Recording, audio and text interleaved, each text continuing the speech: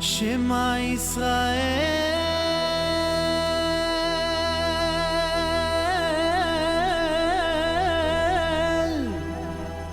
Adonai Eloheinu, Adonai Echad.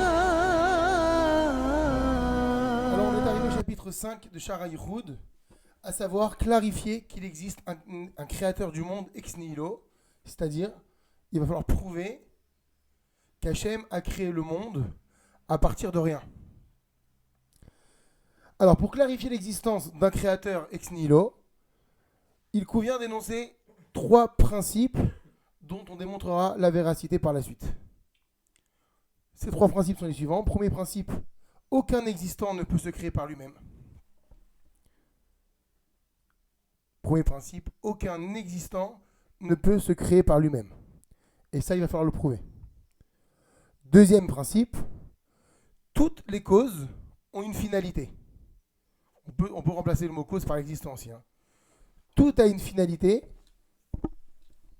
Alors en philosophie, la finalité, c'est le caractère de ce qui a une fin. Donc quand on parlera et qu'on dira le mot finalité, on parle d'une fin. Donc toutes les causes ont une finalité. Et cela va conduire forcément à une cause première. On va développer également. Donc tous les existants ont une finalité et ça va nous conduire forcément à une cause première. Ça c'est le deuxième principe. Et le troisième principe, tout existant est composé d'éléments qui lui sont naturellement antérieurs. Toute créature, toute création, on peut dire également, est composé d'éléments qui lui sont naturellement antérieurs. Et ça aussi, Bezrat Hashem, on l'expliquera. Une fois qu'on aura prouvé et démontré ces 3 principes, eh ben, il paraîtra évident qu'Hachem est bien un créateur ex nihilo. On va répondre grâce à ces 3 principes à ceux qui pensent que le monde a toujours été. Eh bien non, Hachem il a créé un monde à partir de rien. Et ça va être le travail donc, du chapitre numéro 5 de Shara Yichud. Commençons par expliquer donc le premier principe. Rien ne se crée par lui-même. Rappelez-vous, le Rav il veut ici expliquer l'existence de Dieu sans passer par la Torah. Il faut passer par le Sechel là. On est censé expliquer, on a dit la semaine dernière, aux non-juifs, aux hérétiques, aux juifs de base, que Dieu il existe, qu'il est créateur et qu'il a créé le monde forcément à partir de rien. Comment est-ce que par le Sechel on peut démontrer ça ? C'est ça qu'on va essayer de faire là. Alors, pour prouver que rien ne se crée par lui-même, Rabbi Bachian Pakuda, dans le Chovat Elavot, va faire une démonstration. Il va dire que concernant l'existence d'un élément, on ne peut supposer que 2 choses. Petit a, soit cet élément, il existe par lui-même, donc ça veut dire qu'il s'est créé, effectivement. Petit b, soit il y a une autre chose qui en est la cause. Il n'y a pas d'autre possibilité. Soit il s'est créé, soit il y a autre chose qui en est la cause. Alors il va analyser l'un et l'autre. Si on part du principe maintenant, donc petit a, que cet élément, il s'est créé par lui-même. 2 possibilités. Soit il s'est créé après son existence. Ça ne veut rien dire. Parce que s'il s'est créé après son existence, c'est qu'il existait déjà. Donc il n'a pas besoin de se créer. Là, cette supposition, on voit qu'elle est absurde. Soit il s'est créé avant son existence. Ce qui veut dire qu'il n'existait pas. S'il s'est créé avant son existence. S'il n'existait pas, il était néant. Or, il est clair que le néant, il ne crée rien. Donc, la première supposition qu'un élément se crée par lui-même est impossible. Forcément, on est obligé d'admettre la deuxième supposition. Il y a bien forcément une force créatrice antérieure à cela. Il y a un créateur, obligatoire. Alors, concernant le principe numéro 2, on avait énoncé le principe numéro 2. Toutes les causes ont une finalité. C'est-à-dire, toute chose a une limite. Et en comprenant ça, on va être forcé d'admettre qu'il y a une première cause à ça. On va développer. Alors, le Rav, il fait une démonstration en 2 étapes. Il va partir d'un principe logique, que tout ce qui a une finalité a un commencement, forcément. C'est-à-dire que si une chose existe, c'est qu'elle a forcément un début, elle a une naissance. Si elle est là, c'est qu'elle a commencé à un moment. Donc toute chose qui a une finalité, toute chose qui a une existence propre maintenant, ou même qui a disparu, avait forcément au début un début. Qu'est-ce qu'il veut dire par là? C'est que toute chose qui a une finalité, elle est donc limitée par un début et une fin. Maintenant, si on part du principe qu'une chose n'a pas de commencement, bah, c'est qu'elle n'existe pas, c'est qu'elle n'a pas de fin. Si elle n'a pas commencé, ça n'existe pas. Ou bien, ça voudrait dire qu'elle est infinie. Et ça, on prouvera que cette option d'un existant n'est pas possible. Un existant infini, ça n'existe pas. Donc, encore une fois, tout ce qui a une finalité a un commencement, forcément. C'est-à-dire que si la chose, elle existe, c'est qu'elle a forcément un début, un démarrage. Maintenant, si une chose n'a pas de commencement, c'est qu'elle n'a jamais existé, puisqu'elle n'a pas de commencement, donc elle n'a pas de finalité. À moins que dire qu'elle n'a pas de commencement, c'est que elle a toujours été, et donc elle est infinie.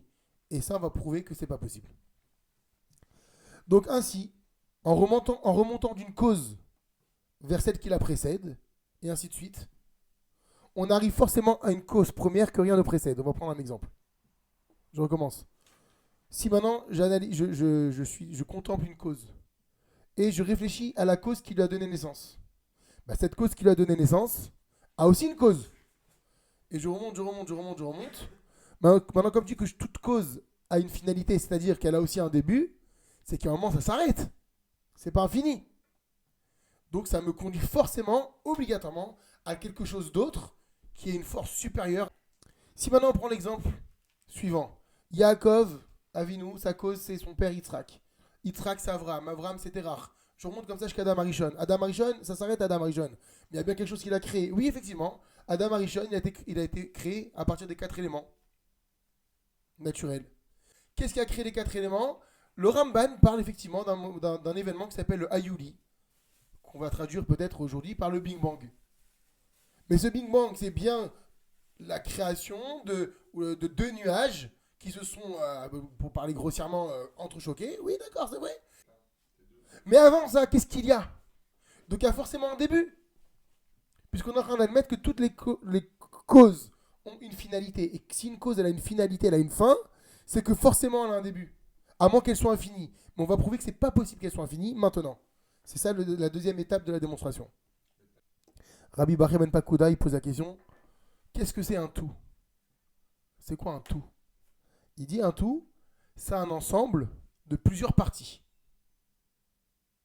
On va prendre un exemple d'un gâteau. Qu'est-ce qui fait que le gâteau il existe? C'est que tu as plusieurs parts, et ces parts toutes ensemble, elles vont créer un tout. Donc c'est ce qu'il dit, le kol, le tout, c'est un ensemble de plusieurs halakim, les uns à côté des autres, et ça forme une entité. Donc ce qui équivaut à dire que dans un tout, c'est l'assemblage des parties qui sont, elles, limitées. Prenez la part du gâteau, elle a limite, la part du gâteau, elle n'est pas non limite. C'est l'assemblage des parties qui sont limitées qui détermine la finalité du tout, qui détermine que ce tout, il a une limite. Donc dans notre exemple, le nombre de parts du gâteau, bah c'est ce nombre-là qui va délimiter la taille de ce gâteau. Maintenant, ça sous-entend que si maintenant on prélève une partie d'un tout, qu'est-ce qui se passe? Ça va diminuer la mesure du tout. Reprenons l'exemple du gâteau. J'enlève une part, donc le tout, il va diminuer. Donc on est d'accord que cette réalité, elle est valable que quand on parle d'un objet ou de quelque chose qui est fini. Parce que il est impossible qu'un existant infini possède une partie. Pourquoi? Si tu me dis, mais on parle d'un tout qui est infini, est-ce que c'est envisageable de dire une telle chose? Parce que si tu me parles d'une partie, c'est qu'elle est finie. Or, si tu me parles, maintenant si tu dis que le tout il est infini, c'est impossible de le décomposer en parties. C'est impossible. D'ailleurs, c'est pour ça qu'il va dire, ça reviendrait à dire que l'infini, il est divisible. On peut diviser l'infini? Tu peux diviser l'infini en 2, en 3, en 1000? C'est impossible puisqu'il est infini. Comment tu coupes l'infini? C'est improbable. Et d'ailleurs, c'est très, très intéressant. Parce qu'il va dire, donc c'est absurde de dire une telle chose, et il te renvoie, si ça t'intéresse d'approfondir ce sujet, il te dit, je te renvoie au 5e livre des éléments de géométrie du mathématicien Euclide, qui parle de ça. On est dans le Sechel. Va voir et tu vas comprendre que c'est impossible de déterminer que quelque chose d'infini puisse avoir des parties. Donc quand on parle d'un tout, on parle forcément d'un tout qui est fini. La preuve, c'est que ce tout, il est déterminé par des parts. Ces parts, comme leur nom l'indique, sont forcément limitées. Or, quelque chose qui est infini ne peut pas avoir de parts. Admettons qu'un tout soit infini et qu'on puisse prélever de ce tout une partie. Il appelle là-bas le chélek. Donc, qu'est-ce qui s'avère? Que le tout qui reste, il est quoi? Il est toujours infini. Ça voudrait dire que le tout infini restant, il est inférieur à l'infini initial, puisque j'ai enlevé une partie. Mais est-ce qu'on peut dire qu'un infini peut être inférieur à un autre infini? Non. Donc le concept n'existe pas. C'est pas possible de dire qu'un tout soit infini et qu'on enlève une partie. Parce que, admettons qu'on le fasse, donc ce tout, il s'appelait A au départ, avant d'avoir fait le prélèvement. Il va s'appeler B après le prélèvement. Qui est le plus grand, A ou B? C'est pas possible, non, parce que B, il est toujours resté infini. Alors quoi, dire que A qui est infini est supérieur au B présent qui est encore infini? L'infini, il n'est pas supérieur à l'infini. L'infini, il est infini. C'est pourquoi il dit qu'il nous est tout à fait possible à présent d'imaginer retirer de l'histoire du monde des individus. Admettons. Maintenant, je prends le monde. Et je retire du monde toute une génération. Il donne l'exemple par exemple, entre Noach et Moshe. Qu'est-ce qui va se passer? Si j'enlève une partie du monde, le monde, il va diminuer comme le gâteau. J'enlève une part, on a mis entre parenthèses une époque, on l'a fait disparaître. Le monde, il va aller d'Abraham jusqu'à Noach. Toute la partie entre Noach et Moshe a disparu et on reprend Moshe. Donc qu'est-ce que ça prouve par là? Qu'inéluctablement, le monde est fini. Parce que c'est absolument concevable. C'est pas absurde de penser qu'on peut faire disparaître toute une génération. Donc le monde, il est bien fini. Il y a bien un début. Et donc si le monde, il est bien fini, dans le sens où il y a une finalité, on peut le décomposer, c'est qu'il a des limites. S'il y a des limites, c'est qu'il ne peut pas être infini. Il y a bien quelque chose qu'il a créé. On dit que tout existant ne peut pas se créer soi-même. On ne peut pas dire que le monde, il a toujours été, c'est impossible. Parce que si tu partais du principe que le monde a toujours été, on ne pourrait pas concevoir l'idée qu'on puisse enlever quelque chose. Or, on peut enlever quelque chose. Si on arrive à définir quelque chose, c'est que cette chose, elle a une finalité. Si elle a une finalité, c'est qu'elle a un commencement. Et donc, elle n'est pas infinie. Donc, dans la première démonstration, on a prouvé que tout ce qui est existant, un existant ne peut pas se créer par lui-même. On veut prouver maintenant que le monde est bien un existant qui est déterminé par des limites. Il a une finalité, donc c'est qu'il a forcément un commencement. Il est un tout parce qu'on peut retirer quelque chose de lui. Or, on ne peut pas retirer quelque chose de l'infini, donc c'est que forcément le monde a un début, a une fin, et qu'il y a une force suprême qu'il a créée à partir de rien. C'est ça le créateur ex nihilo. Mais on a besoin également du troisième principe pour asseoir tout ça. Le troisième principe, qu'est-ce qu'il disait? Tout existant est composé d'éléments qui lui sont naturellement antérieurs. On va expliquer ce que ça veut dire. Tout existant est composé d'au moins deux éléments, pas un. Forcément, c'est minimum l'association de deux éléments qui lui sont antérieurs du point de vue temporel et indépendants du point de vue naturel. Je recommence. Tout existant est composé d'au moins deux éléments qui lui sont antérieurs du point de vue temporel et indépendants du point de vue naturel. Ça veut dire quoi? On va prendre un exemple. On prend une pâte, on va faire du pain, on prend la pâte. La pâte, elle se compose de quoi? Minimum, donc on va voir, toute chose est forcément composée de minimum deux choses. Donc la pâte, elle est composée d'eau et de farine. Quand on dit que tout existant est composé de minimum deux éléments antérieurs du point de vue temporel, bah oui, la pâte, avant d'exister, elle était quoi? C'était de la farine, c'était de l'eau. La farine et l'eau, ils existaient bien avant la pâte. C'est ça qu'on dit ici. Tout existant est composé d'au moins deux éléments qui lui sont antérieurs du point de vue temporel. Et on a dit également que ces éléments qui lui sont antérieurs, ils lui sont aussi indépendants du point de vue naturel. Ça veut dire quoi? C'est que l'eau et la farine, ils n'ont pas besoin de la pâte pour exister. Ils existaient déjà en tant que tels. Donc tout existant, on reprend la définition, est composé d'au moins deux éléments qui lui sont antérieurs du point de vue temporel.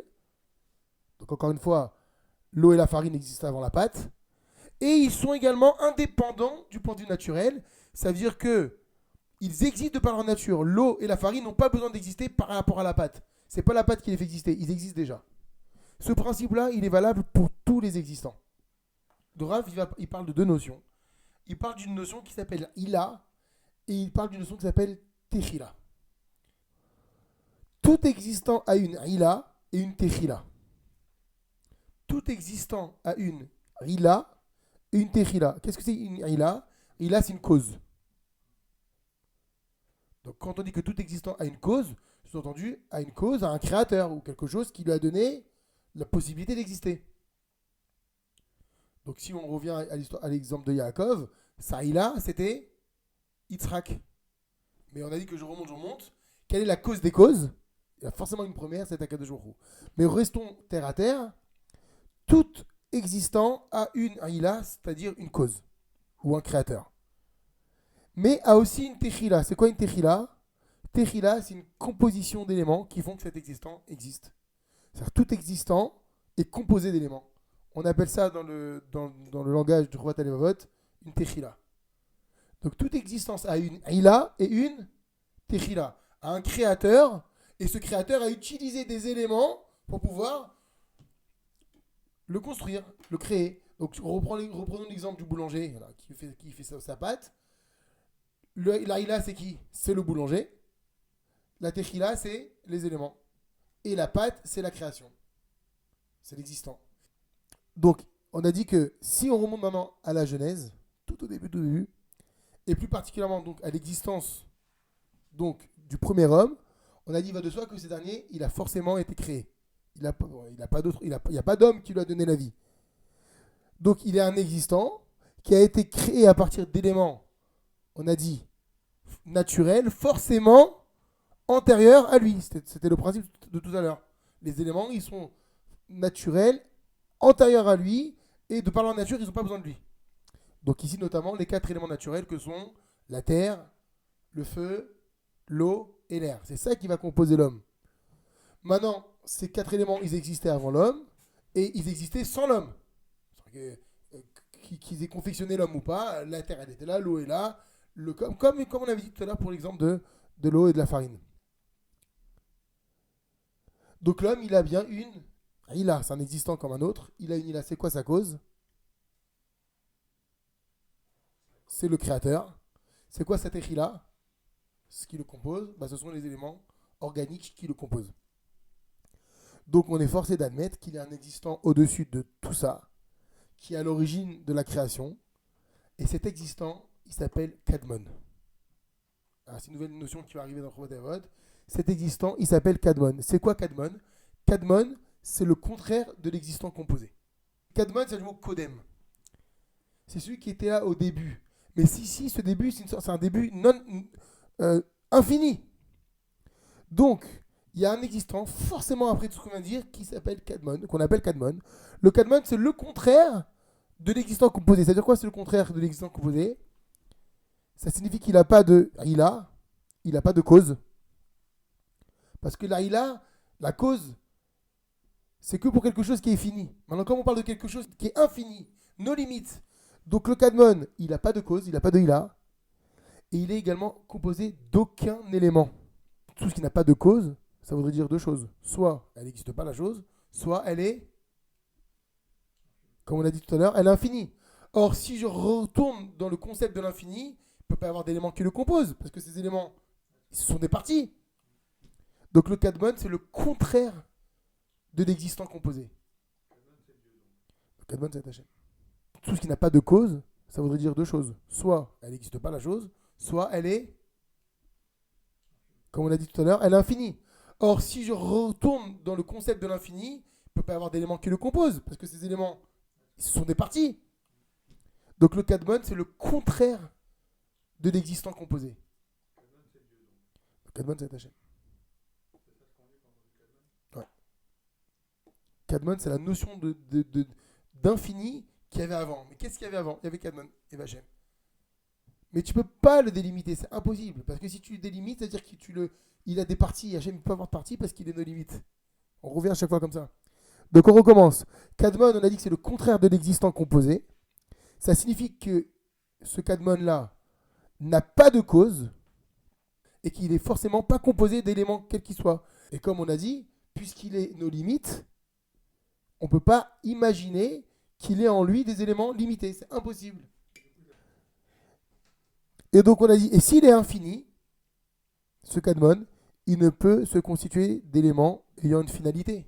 C'était la deuxième étape du principe numéro 2, c'est impossible. Ainsi, le monde qui est un existant composé a donc forcément été créé par un être suprême à partir de rien, à partir du néant. Conclusion, il y a donc bien un créateur ex nihilo. C'est-à-dire un créateur qui a décidé, sans aucune matière première, de créer quelque chose. Ça s'appelle le monde. Quand on dit le monde, c'est tout le monde, tout l'univers. Et ce qui nous dépasse, parce qu'on ne connaît pas tout. Voilà comment se finit le chapitre numéro 5 du Sha'ar HaYichud.